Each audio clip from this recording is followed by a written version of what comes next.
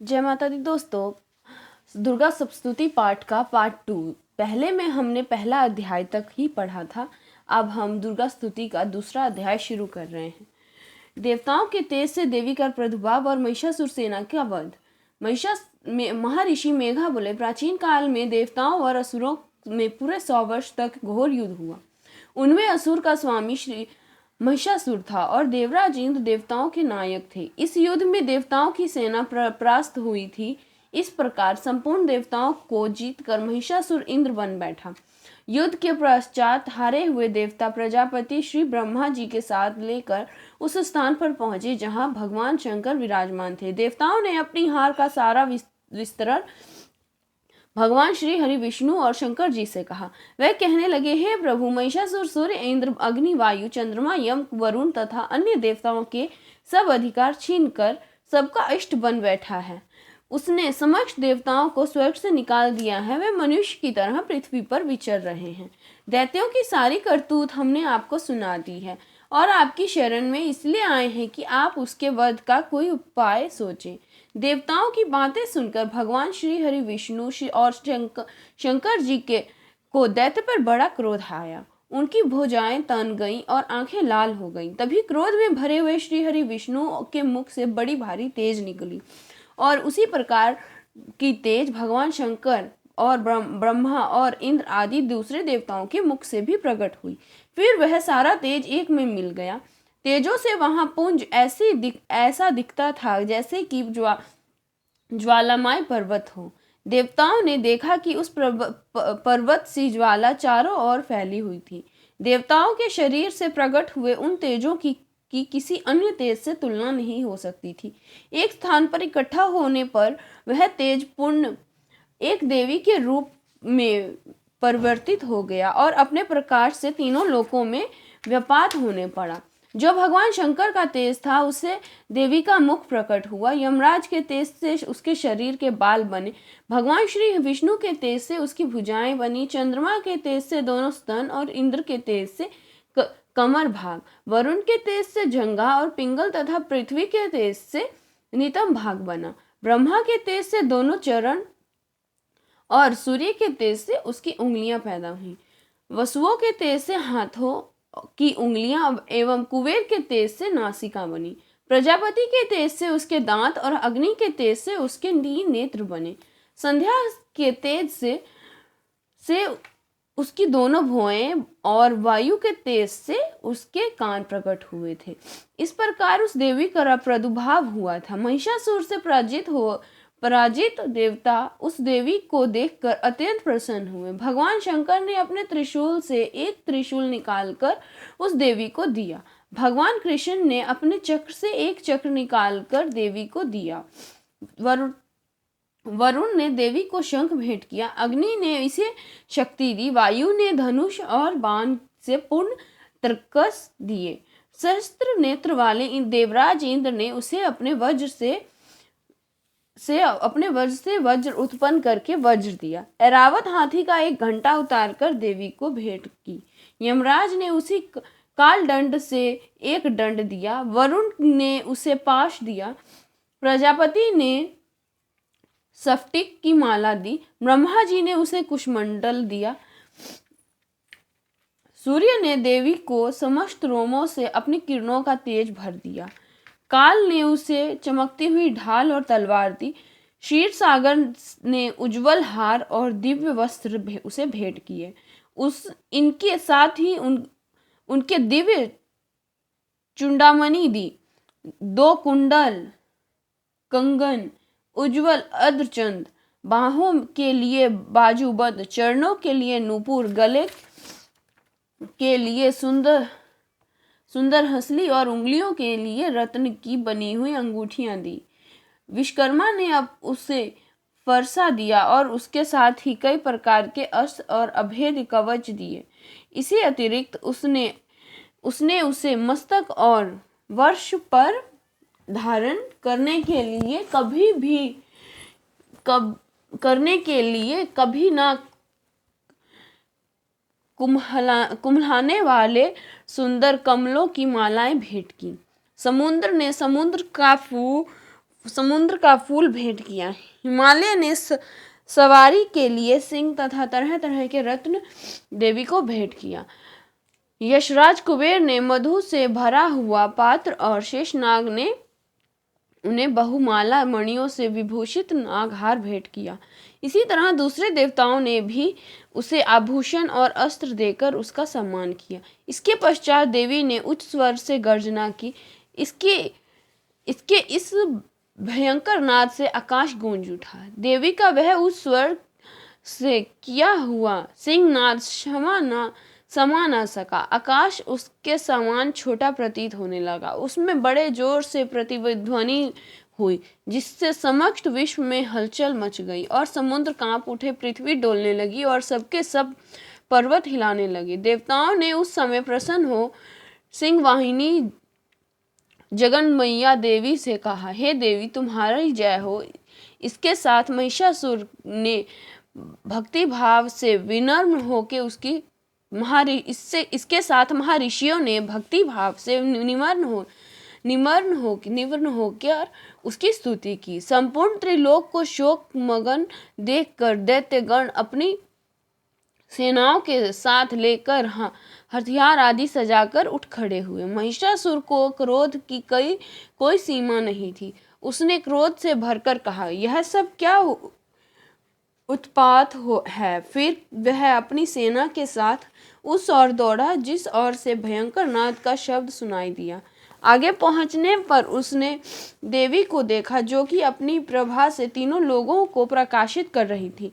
उनके चरणों में के भार से पृथ्वी दबी जा रही थी। माथे के मुकुट से आकाश में एक रेखा सी बन रही थी और उसके धनुष की टंकार से सब लोग सुबुध हो रहे थे। देवी अपनी सहस्त्र भुजाओं को संपूर्ण दिशाओं में फैलाए हुए खड़ी थी। इसके पश्चात अब उनके दैत्य के साथ युद्ध छिड़ गया और कई प्रकार के अस्त्र शस्त्र के सब दिशाएं उद्भासित होने लगी। महिषासुर की सेना का सेनापति चिरुषुर नाम एक महान असुर था।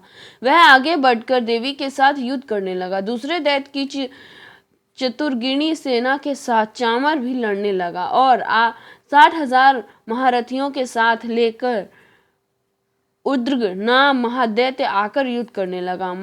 महाहनु नाम का असुर करोड़ रथियों के साथ लेकर असीलोमा नामक असुर 5 करोड़ सैनिकों के साथ लेकर युद्ध करने लगा। वाशकल नामक असुर 60 लाख असुरों के साथ युद्ध में आ डटा। विडाल नामक असुर 1 करोड़ रथियों सहित लड़ने को तैयार था। इस सब के अतिरिक्त और भी हजारों असुर हाथी और घोड़े साथ लेकर लड़ने लगे और इन सब के पश्चात महिषासुर करोड़ों रथों, हाथियों और घोड़े सहित वहां आकर देवी के साथ लड़ने लगा।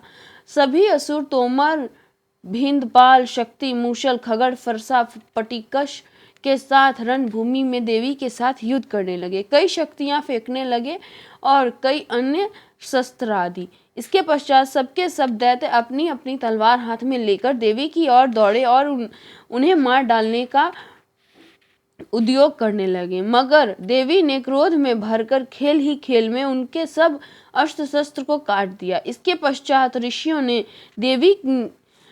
देवताओं ने देवी की स्तुति आरंभ कर दी। देवी प्रसन्न होकर असुर के शरीरों पर अस्त्र शस्त्र की वर्षा करने लगी। देवी का वाहन सिंह भी क्रोध में भरकर दैत्य सेना में इस प्रकार विचरने लगा, जैसे कि वन में दावानल फैल रहा हो। युद्ध करती हुई देवी ने क्रोध में भर जितने सवारों को घोड़ों, वह तुरंत ही सैकड़ों हजारों गणों के रूप में परिवर्तित हो गए।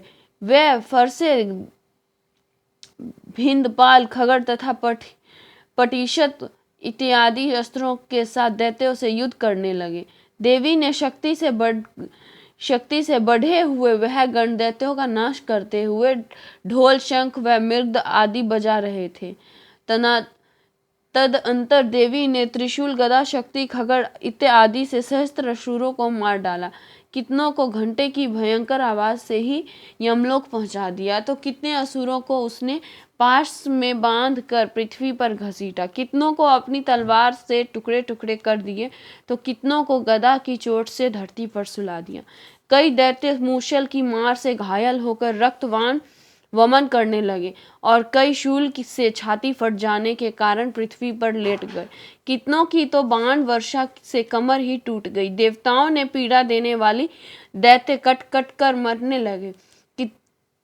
कितनों की बाहें अलग हो गई और कितनों की ग्रीवाएं कट गईं। कितनों के सर कट कर दूर भूमि पर लुढ़क गए, तो कितनों के शरीर बीच से कट गए और कितनों की जांघाएं कट गईं और वह पृथ्वी पर गिर पड़े। कितनों ने ही सिरों वह पैरों को के कटने पर भी भूमि पर से उठ खड़े हुए और अस्त्र शस्त्र हाथ में लेके देवी से लड़ने लगे। कई दैत्यगण भूमि में बाजों की ध्वनि के साथ नाच रहे थे। कई असुर जिनके सिर कट चुके थे बिना सिर के एक धड़ से ही हाथ में शस्त्र लिए हुए लड़ रहे थे। दैत्य रह रह कर ठहरो ठहरो कहते हुए देवी को युद्ध के लिए ललकार रहे थे।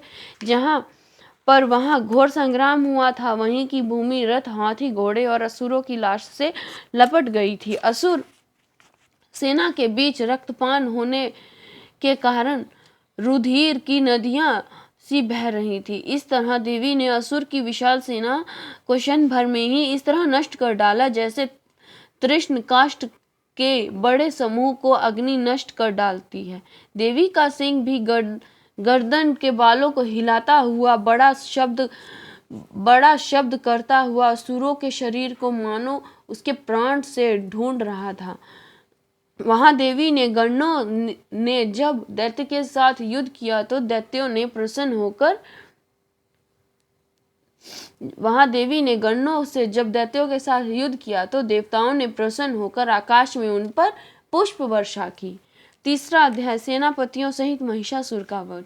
महर्षि मेघा ने कहा महिषासुर की सेना नष्ट हुई देखकर उस सेना का सेनापति चिरोशुर क्रोध में भरकर देवी के साथ युद्ध करने के लिए आगे बढ़ा। वह देवी का इस प्रकार बाणों से की वर्षा करने लगा मानो सुमेरु पर्वत पानी की धार बरसा रहा हो। इस प्रकार देवी ने अपने बाणों से उनके बाणों को काट डाला तथा उसके घोड़ों वह सारथी को मार दिया। साथ ही उसके धनुष और उसकी अत्यंत ऊंची ध्वनि को भी काटकर नीचे गिरा दिया। उसका धनुष कट जाने के पश्चात उसके शरीर के अंग को भी अपने बाणों से बीध दिया। धनुष, घोड़े और सारथी को नष्ट हो जाने पर वह असुर ढाल और तलवार लेकर देवी की तरफ आया। उसने अपनी तीक्ष्ण धार वाली तलवार से देवी के सिंह को मस्तक पर प्रहार किया और बड़े वेग से देवी की बाईं भुजा पर वार किया, किंतु देवी की बाईं भुजा को छूते ही उस दैत्य की तलवार टूटकर दो टुकड़े हो गई। इससे दैत्य ने क्रोध में भरकर शूल हाथ में लिया और उस भद्रकाली देवी की ओर फेंका। देवी की ओर आता हुआ वह शूल आकाश से गिरते हुए सूर्य के समान प्रज्वलित हो उठा। उस शूल को अपनी ओर आते हुए देखकर देवी ने भी शूल छोड़कर वहां और महाअसुर के शूल के 100 टुकड़े कर दिए और साथ ही महाअसुर के प्राण भी हर लिए। चिरूशुर ने मरने पर देवताओं को दुखी देने वाला चामर नाम दैत्य हाथी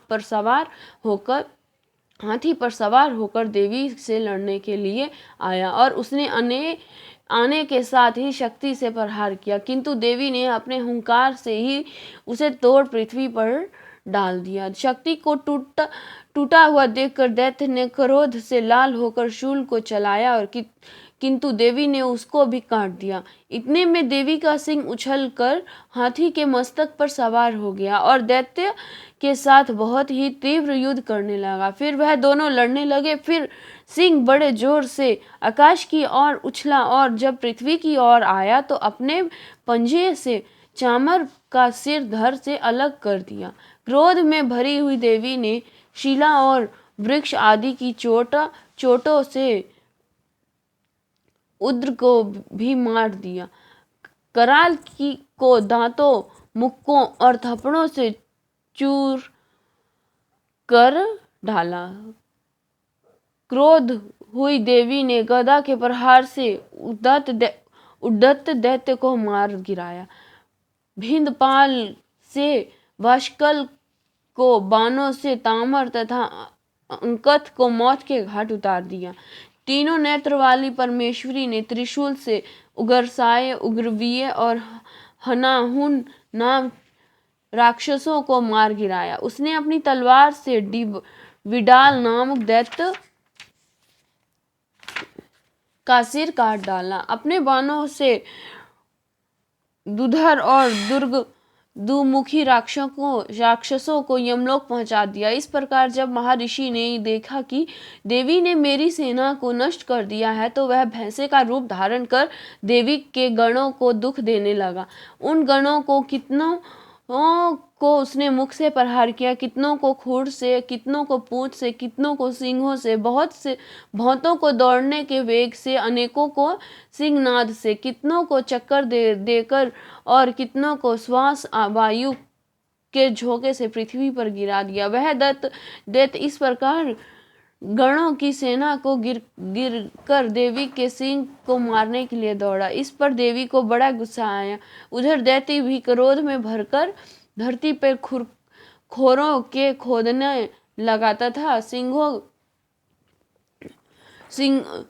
को से पर्वतों को उखाड़ कर धरती पर फेंकने लगा और मुख से शब्द करने लगा। महिषासुर के वेग से चक्कर देने के कारण पृथ्वी सुलभ होकर फटने लगी।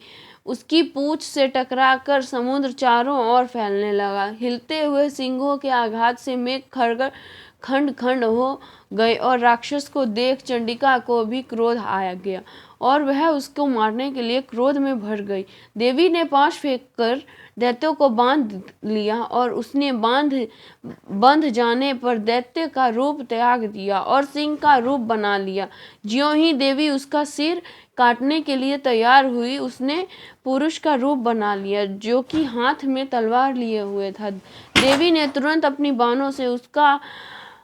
बाणों के साथ उस पुरुष को उसकी तलवार ढाल सहित बींध डाला। इसके पश्चात वह हाथी के रूप में दिखाई देने लगा और अपनी लंबी सूंड से देवी को सिंह को खींचने लगा और गर्जन करने लगा। देवी ने अपनी तलवार से उसी सूंड काट डाली। तब राक्षस ने एक बार फिर भैंसे का रूप धारण कर लिया और पहले की तरह चर उचर जीवों सहित समस्त त्रिलोकों को व्याकुल करने लगा। इसके पश्चात क्रोध में भरी हुई देवी बारंबार उत्तम मधु का पान करने लगी और लाल लाल नेत्र करके हंसने लगी। उधर बल, वीर्य तथा मद से क्रोध हुआ दैत्य भी गरजने लगा। अपनी सिंहों से देवी का पर्वत को फेंकने लगा। देवी अपने बाणों से उसके फेंके हुए पर्वत को चूर्ण करती बोली, अरे मूर्ख, तब जब तक मैं मधु पान कर रही हूँ तब तक तू गरज ले, और इसके पश्चात मेरे हाथ तेरी मृत्यु हो जाने पर देवता गरजेंगे। महर्षि ने कहा। यो कहकर देवी उछलकर उस दैत्य पर जा चढ़ी और अपने पैर से दबाकर शूल से उसके गले का आघात किया। देवी ने पैर से दबने पर भी दैत्य अपने दूसरे रूप से अपने मुख से बाहर होने लगा। अभी भी वह आधा ही बाहर निकला था कि देवी ने अपने प्रभाव से उसे रोक दिया। जब वह आधा निकला ही दैत्य युद्ध करने लगा तो देवी ने अपनी तलवार से उसका सिर काट डाला और इसके पश्चात सारी राक्षस सेना हाहाकार करती हुई वहां से भाग खड़ी हुई और सब देवता अत्यंत प्रसन्न हुए तथा ऋषि महर्षि सहित देवी की स्तुति करने लगे। गंधराज गान करने लगे तथा अप्सराएं नृत्य करने लगी। तीसरा अध्याय समाप्त। चौथा अध्याय इंद्र आदि देवताओं द्वारा देवी की स्तुति। मेघ ऋषि बोले, देवी ने जब पराक्रमी दुरात्मा महिषासुर को मार गिराया और असुरों की सेना को मार दिया, तब इंद्र समस्त देवता अपनी सिर तथा शरीर को झुकाकर भगवती की स्तुति करने लगे। जिस देवी ने अपनी शक्ति से यह जगत व्यापात किया है और जो संपूर्ण देवताओं तथा महर्षियों की पूजनीय हैं, उस अंबिका को हम भक्तिपूर्ण नमस्कार करते हैं। वह हम सब पर कल्याण करे। जिस अतुल्य प्रभाव और बल का वर्णन भगवान विष्णु, शंकर और ब्रह्मा जी भी नहीं कर सकते, वह चंडिका देवी इस संपूर्ण जगत का पालन करके और अशुभ भय का नाश करे। पूर्ण आत्माओं के घिरे हुए घेरों में तुम स्वयं लक्ष्मी का रूप और पापियों में घिरे हुए तुम अलक्ष्मी रूप हो, और सुतकुल में उत्पन्न होने वाले के लिए तुम लज्जा रूप होकर घेरों में निवास करती हो। हम उस दुर्गा भगवती को नमस्कार करते हैं। हे देवी, इस विश्व का पालन करो। हे देवी, तुम्हारे अचिंतनीय रूप का किस प्रकार वर्णन करें। असुर के नाश करने वाले भारी पराक्रम तथा समक्ष देवताओं और दैत्यों के विश्व में जो तुम्हारे पर्वत चरित्र और उनके हम किस प्रकार वर्णन करें। हे देवी, भगवान विष्णु, शंकर आदि किसी भी देवताओं ने तुम्हारा पार नहीं पाया। तुम सबकी आश्चर्य हो। तुम समूर्ण जगत तुम्हारा ही अंश रूप है, क्योंकि तुम उसकी सबकी आदिभूता प्रकृति हो। हे देवी, तुम्हारे जिस नाम का उच्चारण से संपूर्ण यज्ञों में सब देवता तृप्त लाभ करते हैं, वह स्वाहा तुम ही हो। इसके अतिरिक्त तुम पितरों की तृप्ति का कारण हो, इसीलिए सब तुमको स्वधा कहते हैं। हे देवी, तुम विद्या हो, मोक्ष की देने वाली हो, जो अचिंतनीय महाज्ञान स्वरूप है। तत्व और सारे को वश में करने वाले, संपूर्ण दोषों को दूर करने वाले, मोक्ष की इच्छा वाले मुनिजन जिसका अभ्यास करते हैं, वह तुम ही हो। तुम वाणी रूप हो। तुम दोष रहित त्रिज्ञ तथा यजुर्वेदों की एवं उद्गाता और सुंदर पदों के पाठ वाले सामवेद की आश्चर्य रूपा हो। तुम भगवती हो। इस विश्व में उत्पन्न एवं पालन के लिए तुम वार्तिय के रूप में प्रकट होई हो, और तुम संपूर्ण संसार की पीड़ा हरने वाली हो। हे देवी, जिसमें सारे शत्रुओं को जाना जाता है, वह मेधा शक्ति तुम ही हो, और दुर्गांत भव सागर से पार करने वाली नौका भी तुम ही हो। लक्ष्मी रूप से विष्णु भगवान के हृदय में निवास करने वाली और भगवान महादेव द्वारा सम्मानित गौरी देवी तुम ही हो। मदन मुस्कान वाली निर्मल पूर्णचंद्र बिंब के समान और उत्तम स्वर्ण की मनोहर कांतिनी के कामनीय तुम्हारे मुख को देखकर भी महिषासुर क्रोध में भर गए। यह बड़े आश्चर्य की बात है। हे देवी, तुम्हारा यह मुख जब क्रोध से भर गया तो उदय काल के चंद्रमा की भांति लाल हो गया, और तनी हुई भुआओं के कारण विकराल रूप हो गया। उसे देखकर भी महिषासुर ने शीघ्र प्राण नहीं निकल गए। यह बड़े आश्चर्य की बात है। आपके कुपित मुख के दर्शन करके भला कौन जीवित रह सकता है। हे देवी, तुम हमारे कल्याण के लिए प्रसन्न होकर आपके प्रसन्न होने से इस जगत का अभ्युदय होता है, और जब आप क्रोध की हो जाती हो तो कितने ही कुल का सर्वनाश हो जाता है। यह हमने अभी जाना है कि जब तुम महिषासुर की भी बहुत बड़ी सेना को देखते देखते मार दिया। हे देवी, सदा अभ्युदित प्राप्त देने वाली, तुम जिस पर प्रसन्न हो जाती हो वह देश में सम्मानित होते हैं।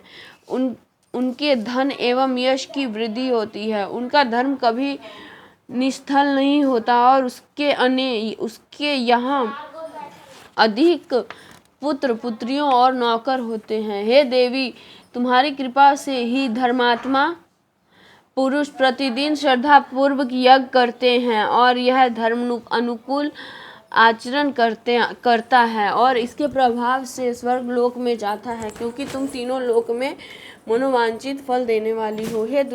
हे माँ दुर्गा, तुम स्मरण करने पर संपूर्ण जीव के भय नष्ट कर देती हो और तीर्थ चित्त वाले के द्वारा चिंतन करने पर उन्हें और अत्यंत मंगल देती हो। हे दारीवंद दुख नाशिनी देवी, तुम्हारे सिवा दूसरा कौन है? तुम्हारा चिंतन सदा दूसरों के उपकार में लगा रहता है। हे देवी, तुम शत्रुओं को इसलिए मारती हो कि उन्हें मारने के लिए दूसरों को सुख मिलता है।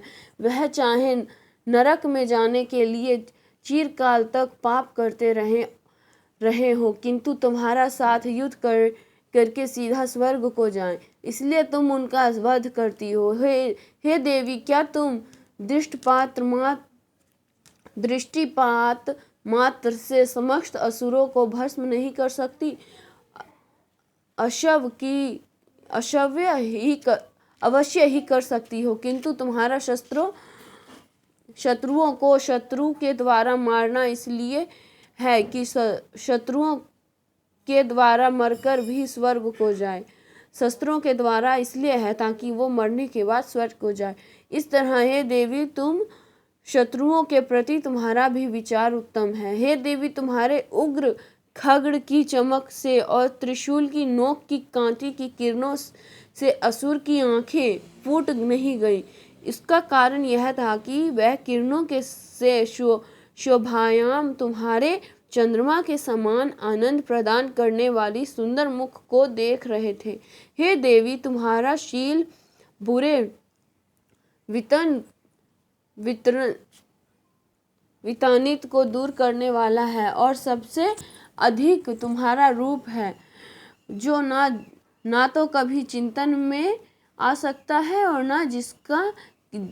और ना जिसकी दूसरे से कभी तुलना भी हो सकती है। तुम्हारे बल व पराक्रम शत्रुओं का नाश करने वाला है। इसी तरह तुमने शत्रुओं पर भी दया प्रकट की है। हे देवी, तुम्हारे बल की किसी के साथ बराबरी की जा सकती है तथा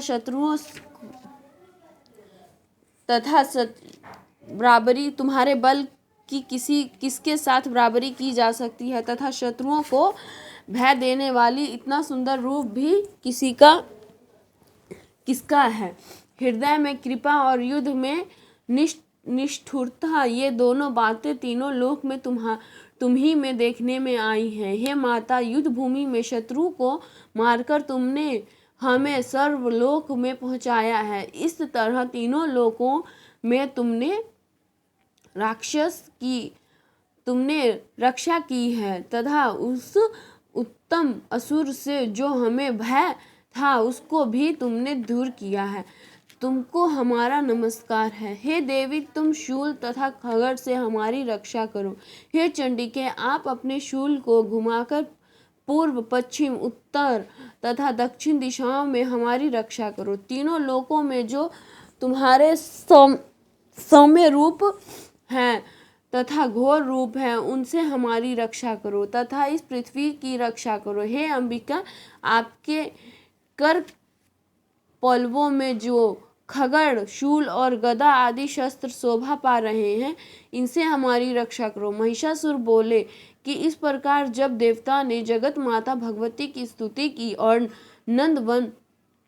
नवन के पुष्पों तथा गंध अनुलेपन द्वारा उनका पूजन किया और फिर उस सब ने मिलकर सब सुगंधित वह दिव्य धूप द्वारा उनको सुगंधित निवेदन की, तब देवी ने प्रसन्न होकर कहा, हे देवताओं, तुम सब मुझसे मनोवांछित वर मांगो। देवता बोले, हे भगवती, तुमने हमारा सब कुछ कार्य कर दिया है। अब हमारे लिए कुछ भी मांगने बाकी नहीं रहा, क्योंकि तुमने हमारे शत्रु महिषासुर को मार डाला है। हे महेश्वरी, तुम इस पर भी यदि हमें कोई वर देना चाहती हो तो बस इतना वर दो कि जब जब हम आपका स्मरण करें तब तब आप हमारी विपत्तियों को हरने के लिए हमें दर्शन दिया करें। हे अंबिके, जो कोई भी तुम्हारी स्तुति करे तुम उनको वित्त समृद्ध और वैभव देने के लिए, साथ ही उनके धन और स्त्री आदि संपन्न बढ़ावे और सदा हम पर प्रसन्न रहे। महर्षि बोले, हे राजन, देवताओं ने जब जगत के लिए तथा अपने लिए इस प्रकार प्रार्थना किया तो बस तथास्तु कह के देवी अंतर ध्यान हो गई। हे भूप, जिस प्रकार तीनों लोक का हित चाहने वाली वह भगवती देवी के शरीर से उत्पन्न हुई थी, वह सारा वितरण मैंने तुमसे कह दिया है। और इसके पश्चात दुष्ट असुर तथा शुम्भ निशुम्भ का वध करने के लिए, जब सब लोकों में रक्षा करने के लिए जिस प्रकार गौरी देवी के शरीर से उत्पन्न हुई थी, वह सारा विस्तरण मैं व्यापात वर्णन करता हूँ। चौथा अध्याय समाप्त। पांचवा अध्याय, देवताओं द्वारा देवी की स्तुति। महर्षि मेघा ने कहा, पूर्व काल में शुम्भ निशुम्भ नामक असुर ने अपने बल व मद से इंद्र का त्रिलोक राज्य और यज्ञों का भाग छीन लिया, और वह दोनों इस प्रकार सूर्य, चंद्रमा, धर्मराज, वरुण और वरुण के अधिकार भी छीनकर स्वयं ही अपना उपयोग करने लगे। वायु और अग्नि का कार्य भी वही करने लगे, और इसके पश्चात उन्होंने जिन देवताओं का राज्य छीना था उनको अपने अपने स्थान से निकाल दिया। इस तरह वह अधिकार छीने हुए तथा दैत्यों द्वारा निकाले हुए देवता अपराजित देवी का स्मरण करने लगे कि देवी ने हमको वर दिया था कि मैं तुम्हारे संपूर्ण विपत्तियों को नष्ट करके रक्षा करूंगी। ऐसा विचार कर सब देवता हिमालय पर गए और भगवती विष्णु माया की स्तुति करने लगे। देवताओं ने कहा, देवी को नमस्कार है, शिव को नमस्कार है, प्रकृति को और भद्रा को नमस्कार है। हम लोग रौद्र, नित्य और गौरी को नमस्कार करते हैं। ज्योतिषमय चंद्र रूपिणी वह सुख रूपा देवी को निरंतर नमस्कार है। शरणागतों को कल्याण करने वाली वृद्धा और सिद्धि रूप देवी को हम बार बार नमस्कार करते हैं। और नेतृत्व राजाओं की लक्ष्मी तथा स्वर्णीय को नमस्कार है। दुर्गा को दुर्ग स्थल को पार करने वाली दुर्गपार को सारा स्वकारिणी खयाति कृष्णा और धूम्र देवी को सदैव नमस्कार है। अत्यंत सौम्य तथा अत्यंत रौद्र रूप को हम नमस्कार करते हैं। तुम्हें हमारा बारंबार प्रणाम है। जगत की आधारभूत कृत देवी को बार बार नमस्कार करते हैं। जिस देवी को प्राणी मात्र विष्णु माया कहते हैं, उसे नमस्कार है, उसको नमस्कार है, उसको नमस्कार है। जो देवी संपूर्ण प्राणियों में चेतना कहलाती है, उसको नमस्कार है, उसको नमस्कार है, उसको बारंबार नमस्कार है। जो देवी संपूर्ण प्राणियों में बुद्धि रूप से स्थित है, उसको नमस्कार है, उसको नमस्कार है, उसको बारंबार नमस्कार है। जो देवी सब प्राणियों में निद्रा रूप से विराजमान है, उसको नमस्कार है, उसको नमस्कार है, उसको नमस्कार है। जो देवी संपूर्ण प्राणियों में शुद्धा रूप से विराजमान है, उसको नमस्कार है, उसको नमस्कार है, उसको नमस्कार है। जो देवी संपूर्ण प्राणियों में छाया रूप से स्थित है, उसको नमस्कार है, उसको नमस्कार है, उसको बारंबार नमस्कार है। जो देवी सब प्राणियों में शक्ति रूप से स्थित है, उसको नमस्कार है, उसको नमस्कार है, उसको बारंबार नमस्कार है। जो देवी संपूर्ण प्राणियों में छाया रूप से स्थित है, उसको नमस्कार है, उसको नमस्कार है, उसको बारंबार नमस्कार है।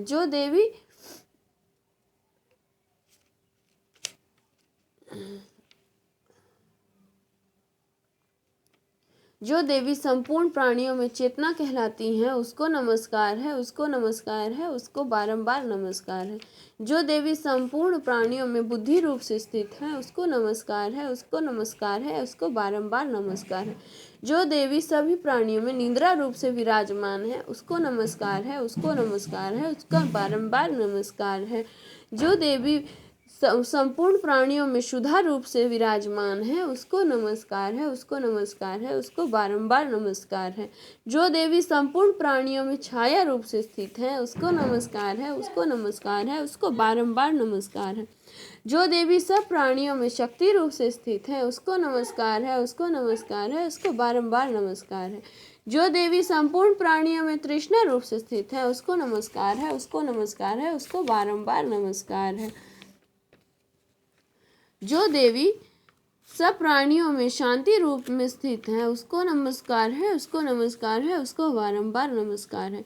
जो देवी सब प्राणियों में जाति रूप से स्थित है, उसको नमस्कार है, उसको नमस्कार है, उसको नमस्कार है। जो देवी सब प्राणियों में लज्जा रूप से स्थित है, उसको नमस्कार है, उसको नमस्कार है, उसको नमस्कार है। जो देवी सब प्राणियों में शांति रूप से स्थित है, उसको नमस्कार है, उसको नमस्कार, उसको बारंबार नमस्कार है। जो देवी संपूर्ण प्राणियों में श्रद्धा रूप से स्थित है, उसको नमस्कार है, उसको नमस्कार है, उसको बारंबार नमस्कार है। जो देवी संपूर्ण प्राणियों में कांति रूप से स्थित है, उसको नमस्कार है, उसको नमस्कार है, उसको बारंबार नमस्कार है।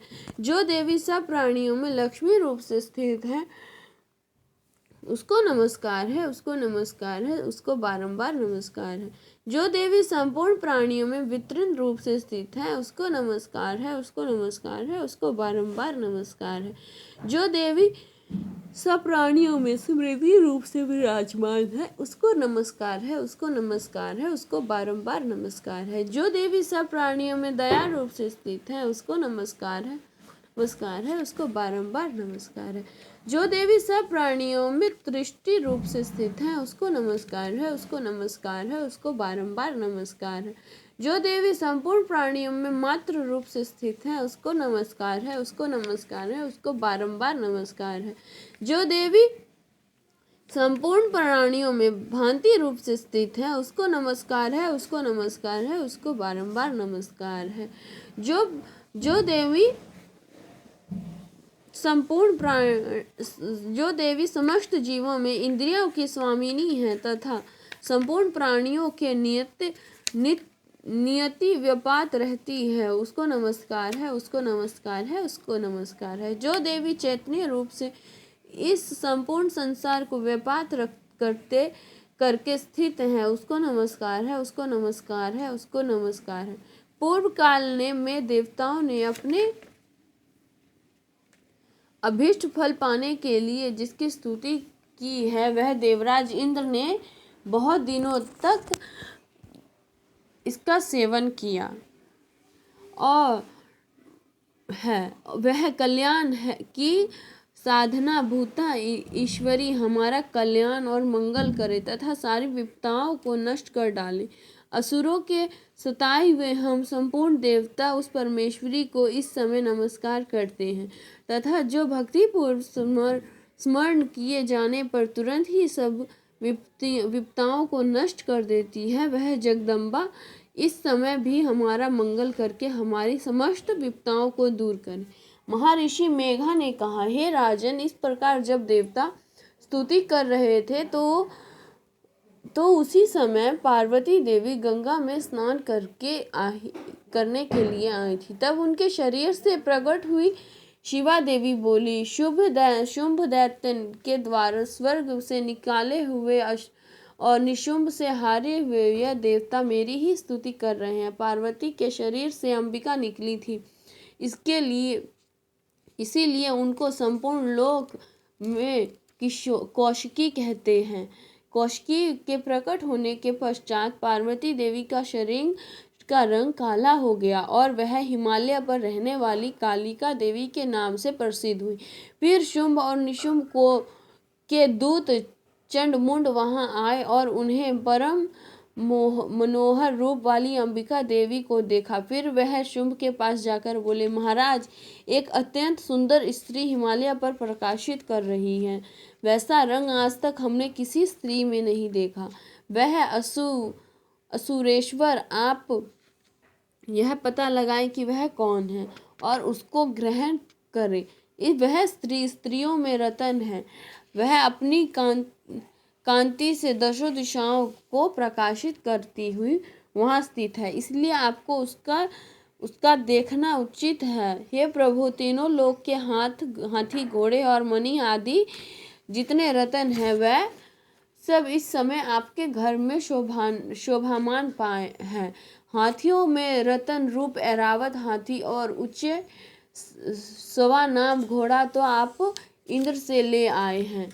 हंसों द्वारा जुटा हुआ विमान जो कि ब्रह्मा के पास था, अब भी वह आपके पास, और वह महापद नाम खजाना अपने कुबेर से छीन लिया है। समुद्र में ने आपको सदा खिले हुए फूल की किंज कलनिकी नाम की माला दी है। वरुण का कंचन भी वर्षा करने वाली छात्र आपके पास है। रथों में श्रेष्ठ प्रजापति का रथ भी आपके पास ही है। हे दैत्य इंद्र, मृत्यु के अतिकृत तंदद नामक शक्ति भी आपने छीन ली है, और वरुण का पाश भी आपके भ्राता निशुम्भ के पास है। समुद्र में पैदा होने वाले सब प्रकार के रत्न भी आपके भ्राता निशुम्भ के अधिकार में है। जो अग्नि में न जल सके, ऐसे 2 वस्त्र भी अग्निदेव ने आपको दिए हैं। हे दैत्यराज, इस प्रकार सारी रत्नपूर्ण वस्तुएं आप संग्रह कर चुके हैं, तो फिर आप कल्याणमय स्त्री को रतन रूप अनुपम स्त्री आप क्यों नहीं ग्रहण करते? महर्षि मेधा बोले। चंडमुंड यह वचन सुनकर शुंभ ने विचार की सुग्रीव को अपना दूत बनाकर देवी के पास भेजा। प्रथम उसको सब कुछ समझा दिया और कहा कि वहां जाकर तुम उसको अच्छी तरह से समझाना और ऐसा उपाय करना जिससे वह प्रसन्न होकर तुरंत मेरे पास चली आए। भली प्रकार समझाकर कहना। दूत सुग्रीव पर्वत के उस रणमय भाग में पहुंचा जहां देवी कहती थी। दूत ने कहा, हे देवी रहती थी। दूत ने कहा, हे देवी, दैत्यों के राजा शुंभ जो इस समय तीनों लोकों का स्वामी है, मैं उसका दूत हूँ और वहाँ आपके पास आया हूँ। संपूर्ण देवता उसकी आज्ञा एक स्वर में मानते हैं। अब जो कुछ उसने कहा भेजा है वह सुनो। उसने कहा है, इस समय संपूर्ण त्रिलोक मेरे वश में है और संपूर्ण यज्ञों का भाग को पृथक पृथक मैं ही लेता हूँ। तीनों लोकों में जितने श्रेष्ठ रत्न है वह सब मेरे पास है। देवराज इंद्र का वाहन ऐरावत मेरे पास है, जो मैंने उसे छीन लिया है। ऊंचा स्रवा नाम घोड़ा जो क्षीर सागर के मंथन करने से प्रकट हुआ था, उसे देवताओं ने मुझे समर्पित किया है। हे सुंदरी, इतने अतिरिक्त और भी जो रतन भूष पदार्थ देवताओं के पास थे वह सब मेरे पास है। हे देवी, तुम्हें संसार की स्त्रियों में रतन मानता हूँ, क्योंकि रत्नों का उपभोग करने वाला मैं ही हूँ। हे चंचल कुष्ठ वाली सुंदरी, अब सब यह मैं तुझ पर छोड़ता हूँ कि तुम मेरे या मेरे भाई पराक्रमी निशुम्भ की सेवा में आ जाओ। यदि तो मुझे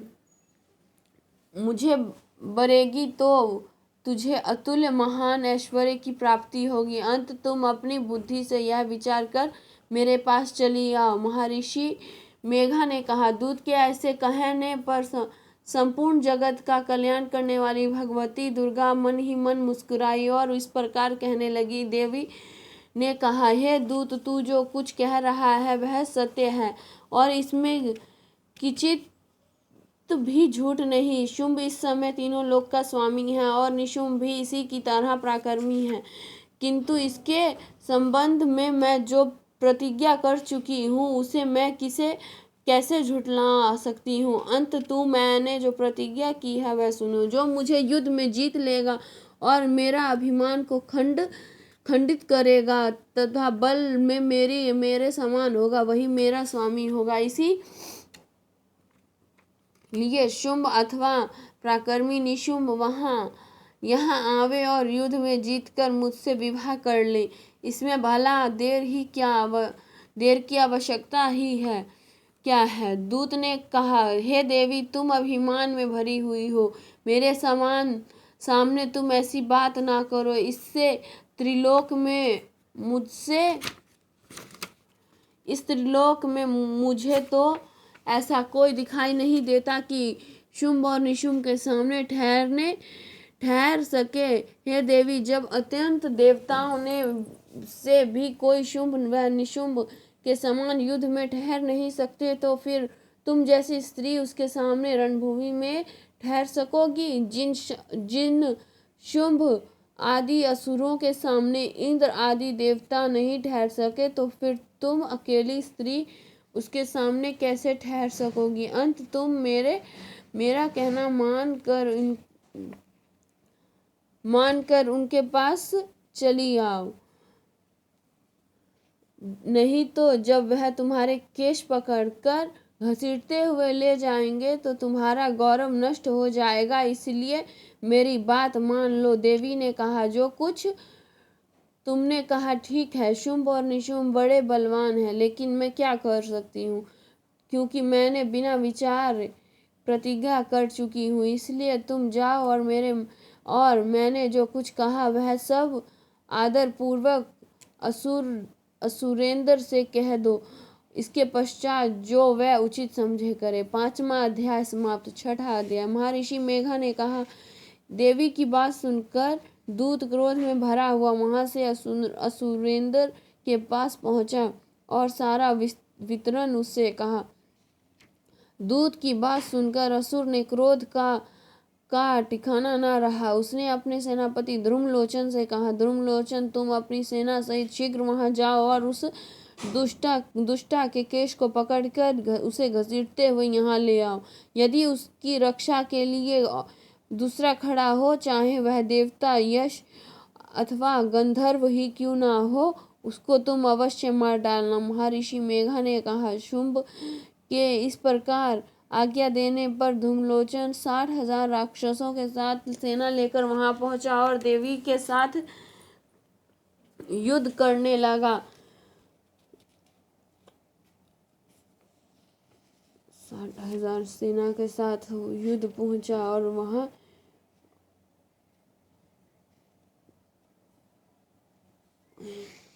और देवी को देखकर ललकार कर कहने लगा, अरे तू अभी शुंभ और निशुंभ के पास चल।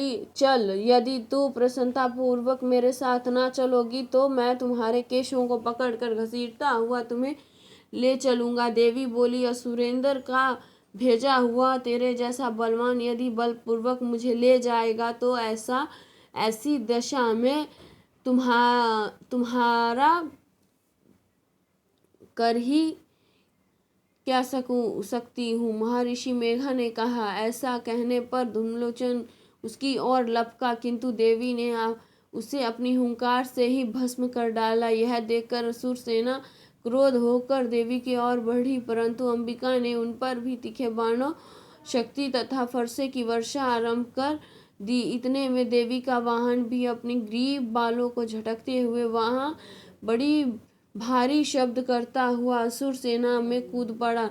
उसने कई असुरों को अपने पंजों से, कई को अपने जबड़ों से और कई को धरती पर पटक कर अपनी गदा अपनी डाढ़ों से घायल करके मार डाला। उसने अपने नखों से कई असुर के पेट फाड़ डाले और कई असुर का तो केवल थप्पड़ मारकर सिर धड़ से अलग कर दिया। कई असुर की भुजाएं और सिर तोड़ डाले और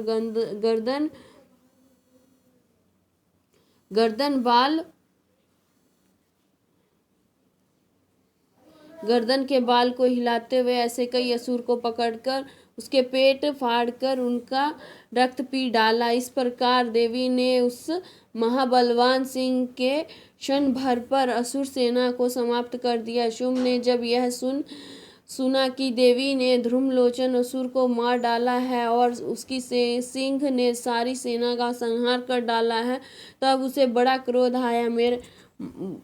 मारे क्रोध के उसके होंठ फड़फड़ाने लगे और उसने चंड तथा मुंड नामक महाअसुरों को आज्ञा दी है, चंड मुंड तुम दोनों अपने साथ एक बड़ी सेना लेकर वहां जाओ और देवी के बाल पकड़कर उसे बांधकर तुरंत यहाँ ले आओ। यदि उससे वो यहाँ लाने में किसी प्रकार का संदेह हो तो अपनी सेना सहित उसे लड़ते हुए उसको मार डालो, और जब वह दुष्टता और उसका सिंह दोनों मर जावे तब ही उसको बांध कर यहाँ ले आना। छठा अध्याय समाप्त। इस वीडियो में सिर्फ छठा अध्याय तक है, इसके बाकी के अध्याय का हमारे अगले पार्ट का वीडियो जो आएगा उसमें है।